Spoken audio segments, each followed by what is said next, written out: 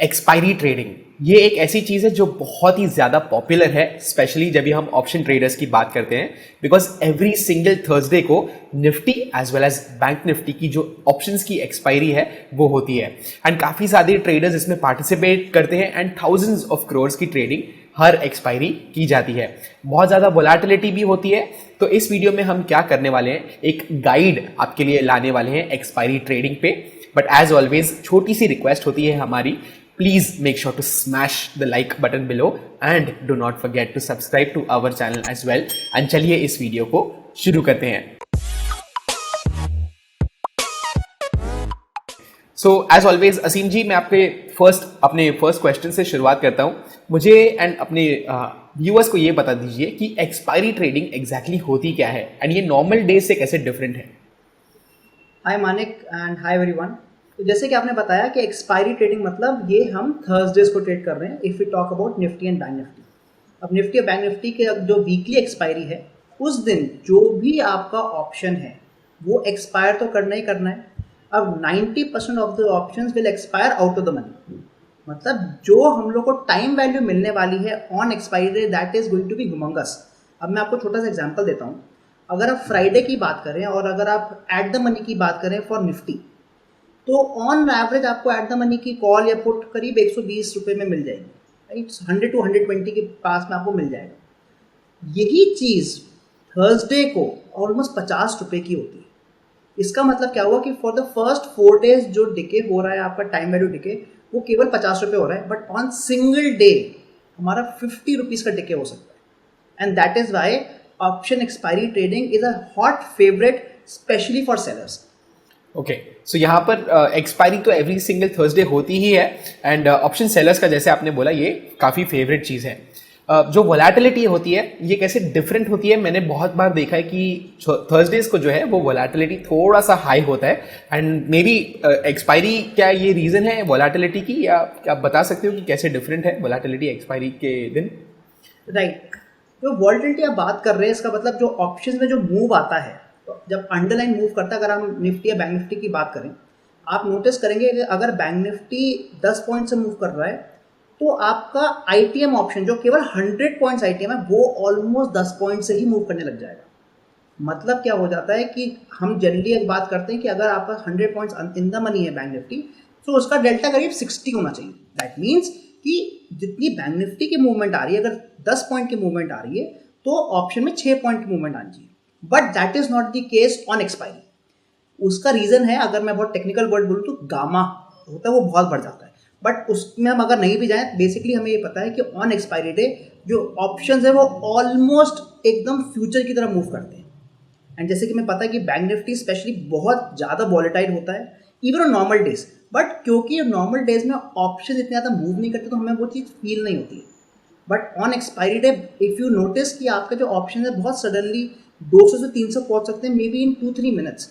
And अगर वहाँ पर हमारे पास एक स्ट्रॉन्ग रिस्क मैनेजमेंट या फिर अगर हमने एक अच्छा स्टॉप लॉस नहीं लगाया हुआ तो इसमें हमारे को बड़े बड़े लॉसेस भी हो सकते हैं। ओके, सो एक्सपायरी ट्रेडिंग के दिन आप क्या प्रेफर करते हो? क्या ऑप्शन बाइंग आप प्रेफर करते हो या ऑप्शन सेलिंग प्रेफर करते हो?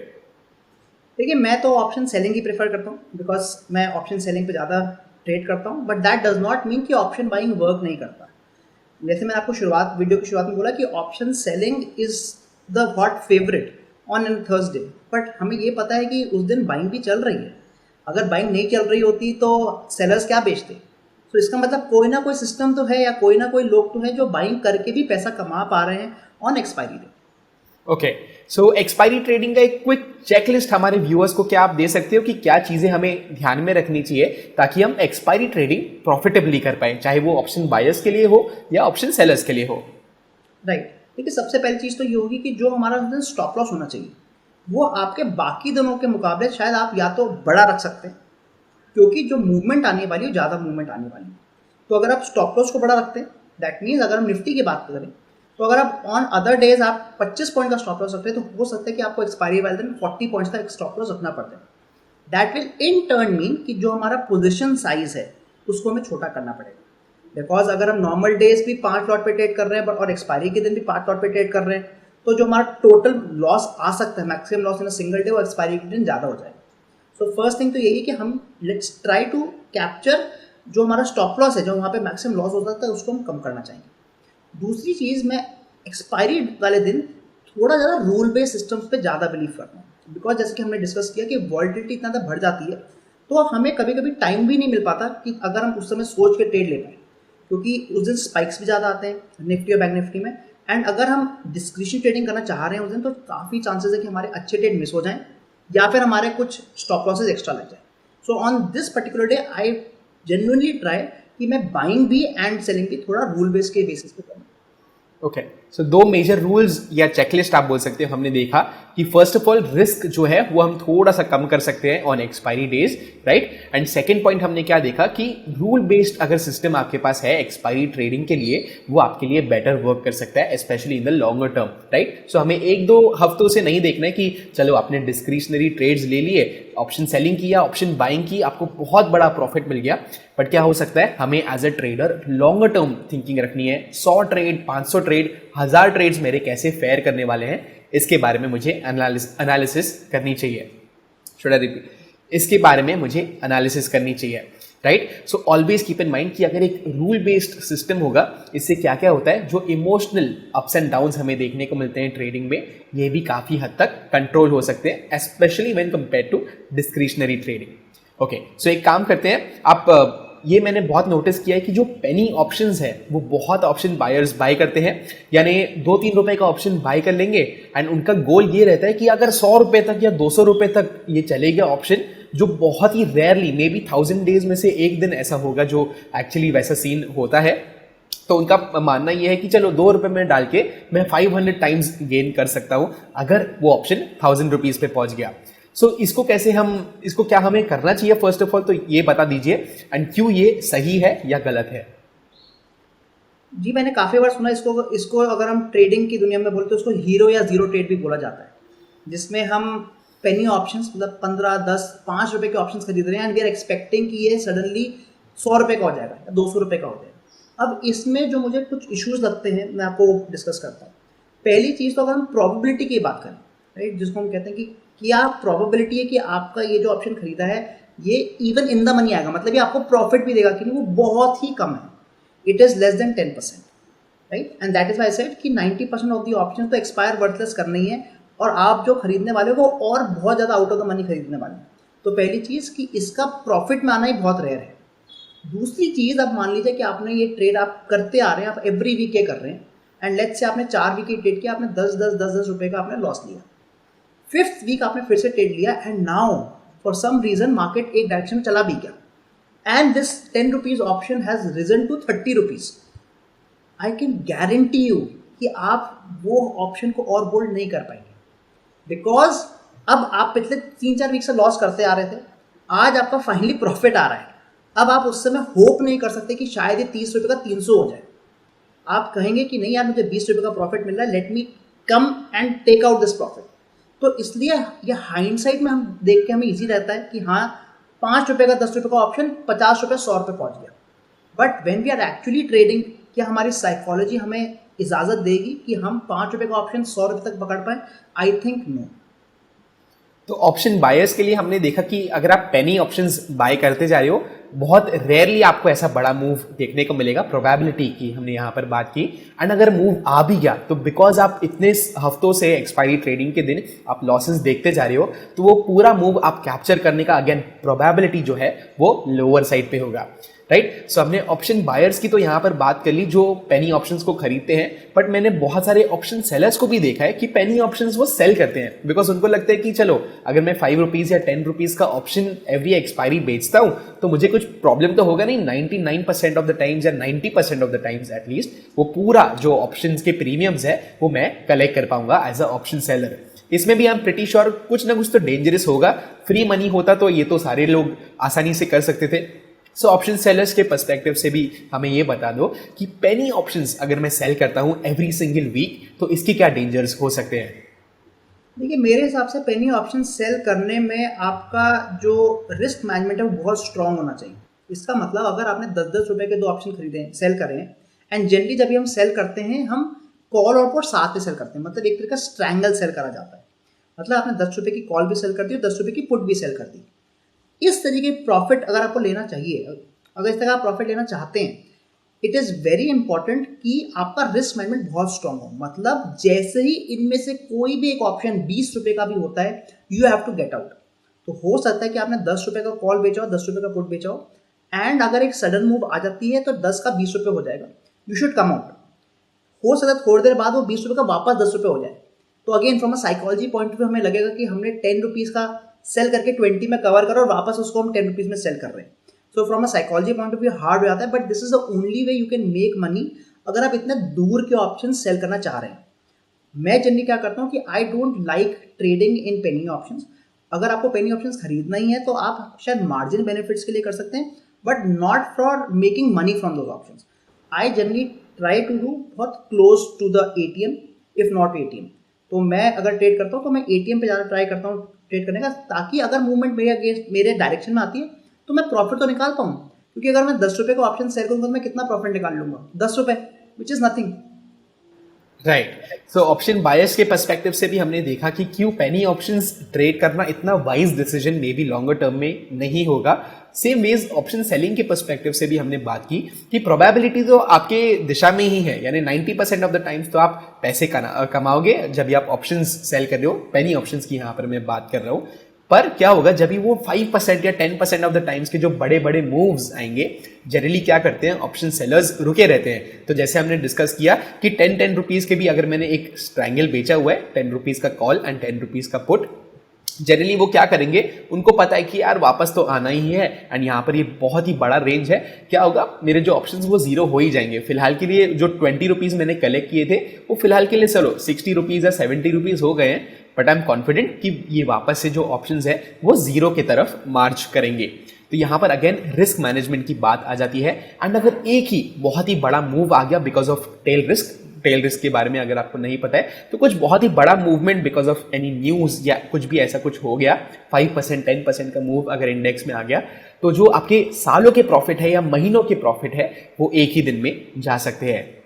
ओके, सो एक काम करते हैं, अभी हम स्ट्रैटेजीज पे चले जाते हैं। सो ऑप्शन बायर की भी एक स्ट्रैटेजी हमें प्लीज बता दीजिए एंड एक ऑप्शन सेलिंग की भी स्ट्रैटेजी जान लेते हैं। तो यहाँ पर जो भी व्यूअर होगा, ऑप्शन ट्रेडर होगा, चाहे वो ऑप्शन बाय करता हो या ऑप्शन सेल करता हो, वो कुछ ना कुछ इस वीडियो से घर ले जा पाएंगे। तो चलिए, जो मैं आपको ऑप्शन बाइंग की स्ट्रैटेजी आपके साथ डिस्कस करने वाला हूँ उसमें दो चीज़ें बहुत इंपॉर्टेंट है। पहली चीज़ कि हमारे को एंट्री मोमेंटम के साइड में मिलनी चाहिए। मतलब जब स्टॉक या जब ऑप्शन ऊपर जा रहा है तब हम उसमें एंट्री लेंगे, because we want to ride the trend. And दूसरी चीज़, इसमें हमारे पास एक फिक्स्ड टारगेट होना चाहिए, बिकॉज हम लोग उसमें पूरा दिन वेट नहीं कर सकते। अगर हम पूरा दिन वेट करेंगे तो हमारे को जो थीटा टिके है उससे लॉस हो जाएगा। तो यही आइडिया के बेसिस पे मैं अब आपको स्ट्रैटेजी दिखाता हूँ। So let me just share my screen. तो मानिक, मैं आपको ये स्ट्रैटेजी बता रहा हूँ, इसको मैं बैंक निफ्टी के ऑप्शंस पे करता हूँ, मतलब डायरेक्टली मैं एट द मनी ऑप्शंस पे करता हूँ। जैसे मैंने आपको बोला कि I want to trade a little expensive option, because अगर मेरे डायरेक्शन में मूव आ रही है तो I want to take out the juice. अगर मैं पेनी ऑप्शंस में करूँगा तो बहुत अच्छी मूव आ भी जाती है अगर बैंक निफ्टी में, तो मुझे ज़्यादा प्रॉफिट नहीं मिलेगा। तो आइए मैं आपको कुछ एग्जांपल दिखाता हूँ। इवन तो आज थर्सडे नहीं है, but I can show the strategy assuming कि अगर आज थर्सडे होता। तो अगर हम देखें कि यहाँ पर अप्रॉक्सीमेटली जो आज का स्पॉट चल रहा था उसके बेसिस पे अगर हम देखें तो जो एटीएम बनेगा वो करीब 39,600 का बन सकता है। तो मैं आपको 39,600 की कॉल पे पहले दिखा रहा हूँ, और इस स्ट्रैटेजी में मैं जो टाइम फ्रेम यूज़ करता हूँ वो मैं 2 मिनट्स यूज़ करता हूँ। अगेन उसका रीज़न यही है कि I don't want to wait for very long, मेरे को quick entries and quick exits चाहिए। और इसमें मैं जो इंडिकेटर यूज़ करता हूँ दैट इज़ RSI। तो let me just add RSI की जो सेटिंग रखता हूँ that is the default setting RSI 14। And इसमें बट एक चेंज मैं करूँगा मैं, कि जो मैं अपना ओवरबॉट या ओवर सोल्ड जोन है that will remain 70 and 30 only, but जहाँ पर मैं एंट्री लूँगा that will be 60। So let me show you what I mean. मैंने यहाँ पर RSI की 60 की लाइन पर भी एक हॉरिजॉन्टल लाइन लगा दी है।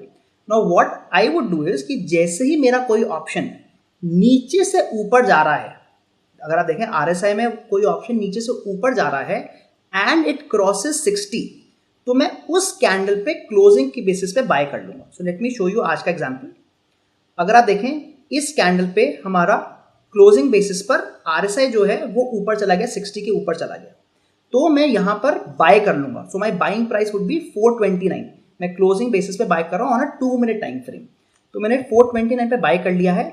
एंड माई टारगेट इज कि जैसे ही वो 70 पे आता है, बिकॉज चांसेस है कि 70 पे आके वहां से जो ऑप्शन है या फिर जो अंडर लाएंगे वो रिवर्स कर जाएगा. तो जैसे ही वो 70 पे आएगा, I would want to take an exit. अब ऑब्वियसली हम ट्रेड ले रहे हैं तो हमारे पास स्टॉप लॉस जरूर होना चाहिए.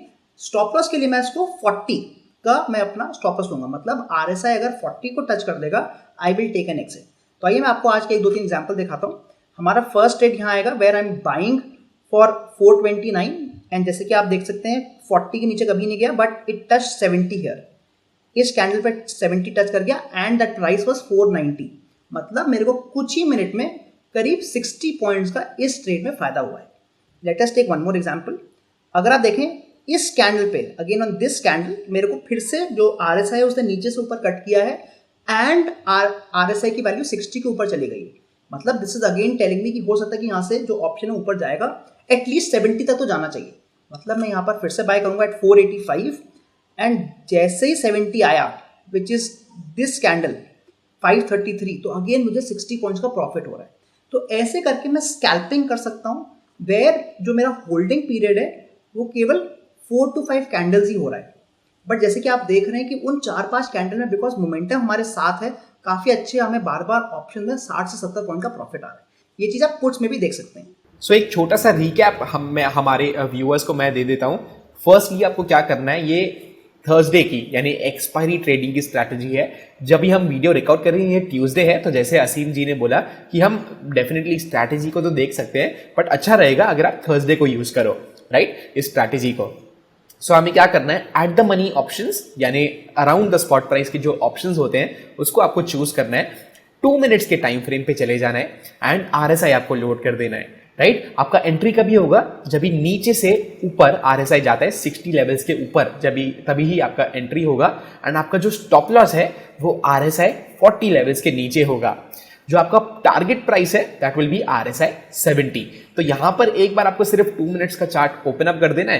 क्लोजिंग प्राइस पे जैसे ही आपको देखने को मिलता है RSI 60 के ऊपर चले गया, आपको ऑप्शन को खरीद लेना है with the target of RSI value be 70. Stop loss once again 40 होगा. एंड एक और क्वेश्चन मेरे पास था कि कुछ ऐसे रूल्स है कि कितने ट्रेड्स हमें दिन में लेने चाहिए, नहीं तो ऐसे तो trades I am pretty sure 2 minutes के टाइम फ्रेम में आपको बहुत ज्यादा मिल जाएंगे. हाँ, जनरली मैं एक अपने पर डे का मैं स्टॉप लॉस रखता हूँ कि मान लीजिए अगर मेरे पूरे दिन में 1.5% से 2% का लॉस आ जाता है ऑन दिस स्ट्रैटेजी, तो मैं स्ट्रैटेजी रोक दूंगा. तो चांसेस ये हैं कि मैं एक दिन में 10 भी ट्रेड ले सकता हूँ, क्योंकि अगर पहले 5 ट्रेड मेरे प्रॉफिटेबल आ गए, I still want to take the trades. But एक बार अगर मेरा पूरा दिन का स्टॉप लॉस पूरा एग्जॉस्ट हो जाएगा, then I will not take any more trades. And यहाँ पर ये जो असीम जी ने बताया, इसका एडवांटेज क्या है, जब भी एक बहुत ही ज्यादा मैसिव ट्रेंड आएगा, उस समय पे अगर आप 10 ट्रेड भी ले रहे हो एंड ऑलमोस्ट 7 to 8 ट्रेड्स आपके प्रॉफिट में जा रहे हैं, आपको मैसिव प्रॉफिट हो सकता है उस दिन पर. एंड लॉस को तो हमने कवर करके रख ही लिया है. 1% या 2% जो भी आपका रिस्क कैपिटल है उस दिन के लिए, वो अगर ट्रिगर हो जाता है तो आपको उस दिन के लिए ट्रेडिंग बंद कर देनी है, राइट. सो चलिए, ये तो हो गई ऑप्शन बाइंग की स्ट्रैटेजी. ऑप्शन सेलर्स के लिए आपके पास कोई स्ट्रैटेजी है? माने उससे स्टार्ट करने से पहले मैं आपको इसमें एक चीज़ और बताना चाहूँगा. काफ़ी बार यहाँ पर थोड़ा कंफ्यूजन हो जाता है स्ट्रैटेजी में. अगर आप देखें यहाँ पर ये जो RSI है ये 60 को टच किया था, बट ये जो 60 को टच किया इसने ऊपर से नीचे आके 60 को टच किया, नॉट नीचे से ऊपर. तो मैं इस तरह के ट्रेड्स को थोड़ा अवॉइड करता हूँ, because I am only looking for trade जहाँ पे एक अपवर्ड मोमेंटम आ रहा है RSI में. तो मैं इस ट्रेड को स्किप कर दूंगा, बिकॉज आई वुड लाइक कि मोमेंटम पहले 60 के नीचे चली जाए RSI and then it goes above 60. Perfect. तो ये भी चीज क्लियर हो गई है. चलिए, अभी ऑप्शन सेलर्स के लिए भी थोड़ा सा हम कंटेंट लेके आ जाते हैं एंड स्ट्रैटेजी के बारे में बात कर लेते हैं. राइट. ऑप्शन सेलर्स के लिए मैं RSI यूज नहीं करता हूँ, उसमें मैं सुपर ट्रेंड यूज करता हूँ. So let me show you that now.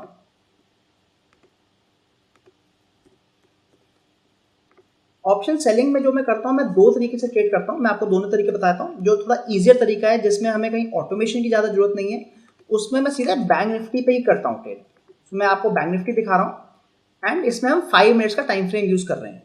Again I am using the normal super trend, मतलब इसकी जो सेटिंग्स है 7,3 ही है. इसमें बहुत ईजी है. जैसे ही हमें सुपर ट्रेंड की रेड दिखता है, मतलब सुपर ट्रेंड हमें शॉर्ट कह रहा है कि अब हो सकता है यहाँ से जो बैंक निफ्टी वो नीचे जाएगा, तो मैं यहाँ पर कॉल्स को again eight the money calls को मैं सेल करूँगा। जैसे कि मैंने आपको बताया कि मैं सस्ती कॉल्स को सेल करना नहीं चाह रहा because I want to get maximum juice out of it. तो जैसे ही मेरे को इस कैंडल पे सुपर टेंट बता रहा है कि मार्केट यहाँ से नीचे जा सकता है, मैं यहाँ पर एट द मनी कॉल को सेल कर दूंगा। अब मार्केट वापस ऊपर आ रहा है, आप देख सकते हैं कि इस पॉइंट पे सुपर टेंट की वैल्यू ग्रीन हो गई है, मतलब मैं यहाँ पर स्टॉप एंड रिवर्स करूंगा। दैट मीन्स कि जो मैंने अपनी कॉल को सेल किया हुआ था उसको मैं एग्जिट ले लूंगा and I will sell at the money put here. तो ऐसे करके अगर आप देखेंगे ऑन अ पर्टिकुलर एक्सपायरी आपको पास शायद 3 से 4 ट्रेड आए, बट अगर आपके पास कोई भी एक अच्छा ट्रेड आ जाएगा, अगर आपने 200 या 250 का भी ऑप्शन बेचा है, काफ़ी बार आप देखेंगे कि वो पूरा 250 रुपये आपको मिल सकते हैं बिकॉज ऑप्शन सेलिंग में आपकी जो ऑप्शन अगर आउट ऑफ मनी हो गई तो जीरो तो होनी ही है। एंड यहाँ पर एज एन ऑप्शन सेलर, जैसे हमने स्टार्टिंग ऑफ द वीडियो में डिस्कस किया कि एक ही दिन में eight the money and out of the money options जो है वो जीरो की तरफ बढ़ते जाएंगे। सो यहाँ पर अगर आपका सिग्नल आ भी गया एंड मार्केट थोड़ा सा साइडवेज भी चले गया तो भी आपके बेनिफिट में रह सकता है एंड जो पोजीशन है वो भी आपको प्रॉफिटेबल देखने को मिलेगी बिकॉज ऑप्शन के जो वैल्यूज है वो तो वीके होने ही वाले हैं। सो ऑप्शन सेलिंग की स्ट्रैटेजी को भी मैं एक बार वापस से कवर कर लेता हूँ। हमें 5 मिनट्स का टाइम फ्रेम यूज करना है सुपर ट्रेंड इंडिकेटर के साथ बैंक निफ्टी के स्पॉट चार्ट पे या फ्यूचर्स चार्ट पे, आई एम प्रीटी श्योर दोनों भी चलेगा। एंड यहाँ पर हमें क्या करना है, जैसे ही एक सेल सिग्नल मुझे नजर आता है सुपर ट्रेंड में, मैं eight the money call option को सेल कर दूंगा एंड मैं तभी तक रुके रहूंगा जब तक फिर से एक बाइंग सिग्नल नहीं आता है सुपर ट्रेंड में। जैसे ही एक बाइंग सिग्नल आ गया, मैं क्या करूंगा, जो मैंने कॉल ऑप्शन को सेल किया हुआ है उसको मैं कवर कर लूंगा, चाहे वो प्रॉफिट हो या लॉस हो, एंड मैं पुट ऑप्शन को सेल कर दूंगा वंस अगेन, तभी तक जब तक सुपर ट्रेंड जो है वो नेगेटिव ना होता है। तो ये हो गया ऑप्शन बाइंग की भी स्ट्रैटेजी एंड ऑप्शन सेलिंग की भी स्ट्रैटेजी। एंड आई होप आपको ये वीडियो से बहुत वैल्यू मिली होगी एंड आपको समझ में आ गया होगा कि एक्सपायरी ट्रेडिंग एग्जैक्टली होती क्या है। And as an option buyer and option seller आपको एक नई स्ट्रैटेजी भी देखने को मिल गई। अगर आपको वीडियो पसंद आया, please make sure to smash the like button as always and do not forget to subscribe to our channel as well. And हम दोनों मिलते हैं आपको अगले वीडियो में। Bye bye.